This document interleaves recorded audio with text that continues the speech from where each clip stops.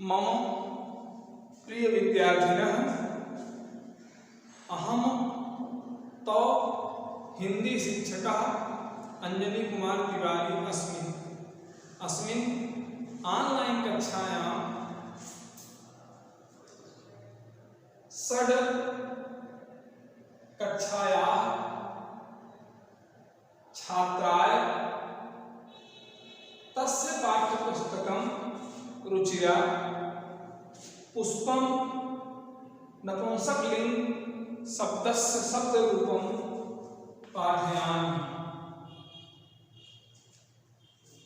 मेरे विद्यार्थियों, हमारा आपका सौभाग्य है सीबीएसई बोर्ड में भी एक पुस्तक हिंदी में, एक पाठ्य पुस्तक आपकी पूरी संस्कृत में है, वो है रुचिरा। सभी पाठ्य पुस्तकें महत्वपूर्ण हैं, रुचिरा भी महत्वपूर्ण है, बसंत भी महत्वपूर्ण है, बाल राम की कथा भी महत्वपूर्ण है और एक व्याकरण भी है, वो भी महत्वपूर्ण है। चारों पुस्तकें महत्वपूर्ण हैं, लेकिन उसमें बसंत और रुचिरा ये दोनों पाठ्य पुस्तकें बहुत महत्वपूर्ण हैं, विशेष हैं। इन दोनों को हम अच्छे ढंग से पढ़ेंगे। बसंत को हम 10 बार पढ़ा चुके हैं। कई बच्चे कहेंगे रुचिरा से पढ़ाइए, तो रुचिरा की हमने शुरुआत की है। अब संस्कृत व्याकरण पहले तो समझ में आ जाएगा, तब आप साहित्य का उच्चारण कर सकोगे, पढ़ सकोगे, समझ सकोगे। इसलिए सबसे पहले मैंने व्याकरण आरंभ किया है। एक शब्द का जब तीनों लिंगों में रूप आपको पता हो जाएगा तो अन्य शब्द फिर पढ़ना, याद करना आसान हो जाएगा।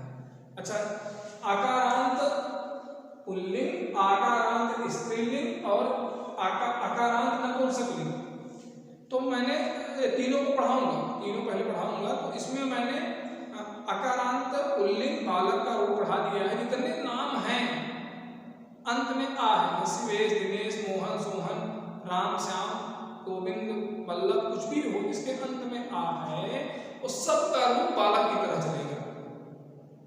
और बालिका मैंने पढ़ाया है, बालिका जितने भी लड़कियों के नाम हैं जिनके अंत में आ है, गीता, सीता, संगीता, ललिता, बबिता, सविता, सरिता, कविता, वनिता, कोई भी नाम इसके अंत में आ हो, अर्चना, वंदना, कल्पना, कोई भी नाम इसके अंत में आ हो, रमा, उन सब का रूप बालिका की तरह चलेगा। अब इस वीडियो में मैं आपको नपुंसकलिंग पुष्प का रूप पढ़ाने चल रहा हूँ। जितने भी नपुंसकलिंग के शब्द हैं जिसमें न स्त्री जाति का बोध हो न पुरुष जाति का बोध हो, उन सब के लिए अकारांत नपुंसकलिंग पुष्प की तरह रूप चलेगा। जो अंत में अकार हो वो सब रूप पुष्प की तरह नहीं है। पुष्प की तरह पुस्तक भी चलेगा, पुष्प की तरह बर्तन भी चलेगा। जो भी अकारांत है सब पुष्प की तरह से चलेगा। सिर्फ पुष्पम पुष्पे पुष्पान, पुस्तकम पुस्तके पुस्तकान, इसी तरह से। चलिए हम एक एक करके देखते हैं। विभक्ति आप समझ ही गए हैं।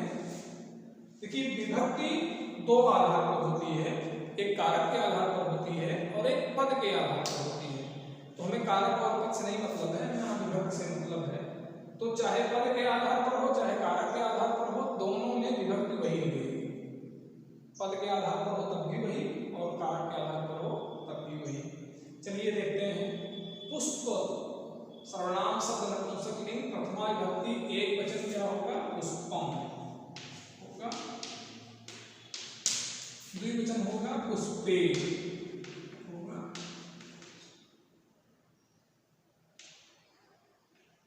बहुवचन में होगा पुष्पम पुष्पे पुष्पान।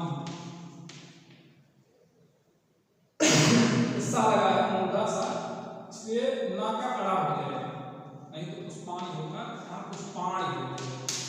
जहाँ मूर्धा सा हो, रा हो, वहां पर ना के स्थान पर अड़ा हो जाता है। द्वितीया में हो गया पुष्पम पुष्पे पुष्पान, यही द्वितीया में भी होगा पुष्पम पुष्पे पुष्पान।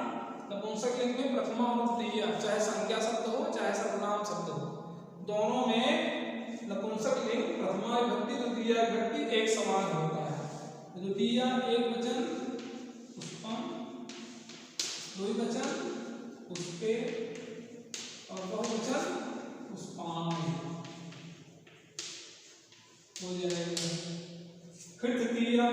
अब जो पुल्लिंग राम का रूप है, बालक का रूप है, उसी के आधार पर रूप चलेगा, तृतीया से लेकर के सप्तमी तक। जैसे संबोधन भी होता है, संबोधन सर्वनाम में केवल सप्तमी के रूप चलता है और संज्ञा में संबोधन की, संज्ञा शब्द है, संबोधन के रूप चलेगा। तृतीया में देखते हैं पुष्पेण, क्या हो जाएगा एक वचन पुष्पेण, द्विवचन पुष्पाभ्याम,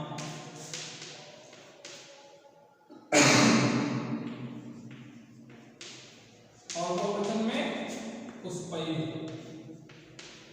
बहुवचन में क्या हो जाएगा पुष्पैः। चतुर्थी में एक वचन पुष्पाय, द्विवचन में पुष्पाभ्याम,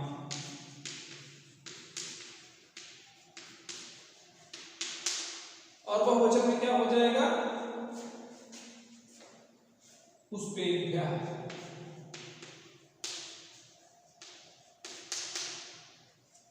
पंचमी में पुष्पा, एक वचन,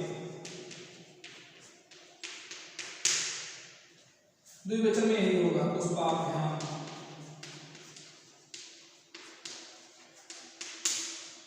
और बहुवचन में हो जाएगा पुष्पेभ्यः।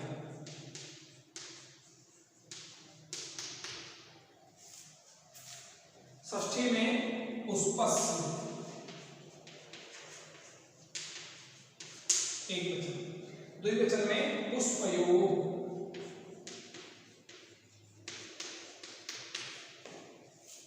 और बहुवचन में क्या हो जाएगा पुष्पाणाम, ना के स्थान पर आ।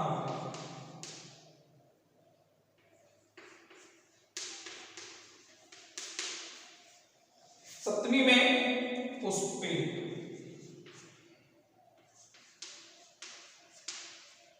एक वचन, द्विवचन में पुष्पयोः,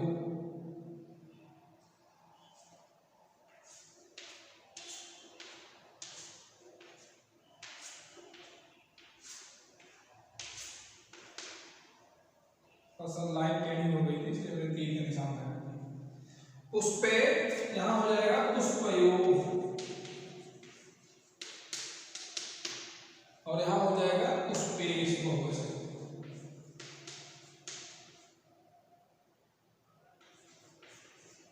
पुल्लिंग नपुंसक इन दोनों में यही सार है, स्त्रीलिंग में दंत सार है। पुष्पेश भ्रमराः तिष्ठन्ति, पुष्पों पर भंवरे बैठे हैं, आधार। संबोधन हे पुष्प, पुष्पम नहीं होगा, हे पुष्प, संबोधन का चिन्ह, हे पुष्पे,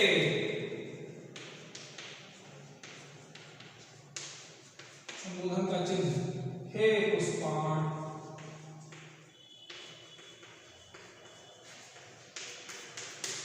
संबोधन का चिन्ह। ए है पुष्प का शब्द रूप। एक बार मिला लेते हैं पुस्तक से, हमारे साथ आप लोग पढ़िए।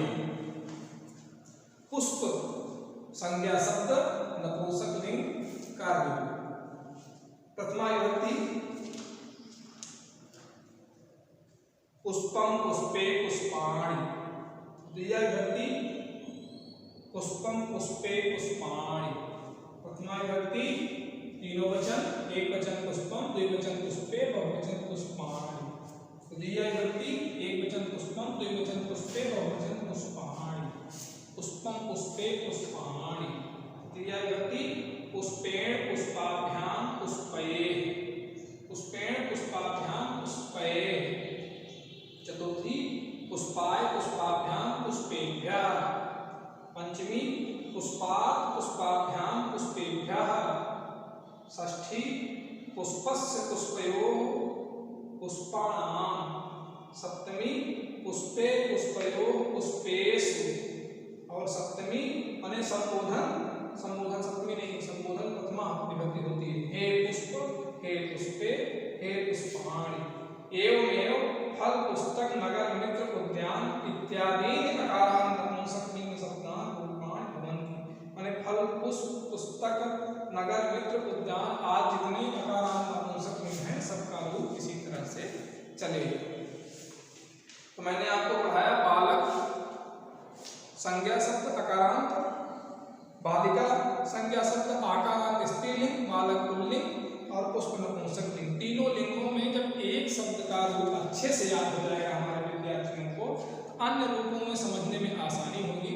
इसको मैंने आराम से एक एक पढ़ाया है। अब मैं तीन रूप एक साथ वीडियो में पढ़ाऊंगा। पुल्लिंग, स्त्रीलिंग, नपुंसक लिंग तीनों एक साथ पढ़ाऊंगा। इस तीनों लिंगों को आप याद कर लें, तैयार कर लें। कल मैं PDF में इन तीनों लिंगों के शब्द रूप से प्रश्न दूंगा और उसको आप सब हल करेंगे।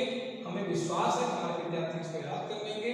एक बार चलिए बालक का रूप दोहरा लेते हैं। देखिए हमको ऐसे याद हो गया, ऐसे आप सब भी याद करेंगे तो याद हो जाएगा।